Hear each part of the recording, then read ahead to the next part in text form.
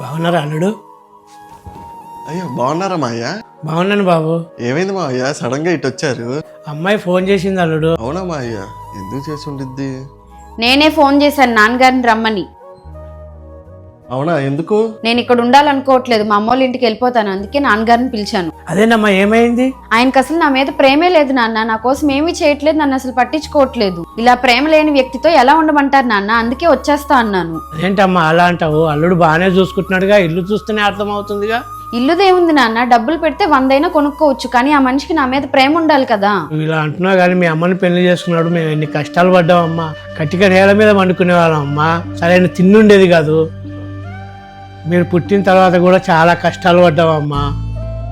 ఇన్ని కష్టాలు ఉన్నా మీ అమ్మ నాకు తోడుగానే ఉన్నదమ్మా. ఆ కష్టాలతో పోల్చుకుంటే మీది ఒక కష్టమేనా? అయినా అల్లుడు అంతా మీకోసమేగా చేసింది, మీ మంచి కోసమేగా.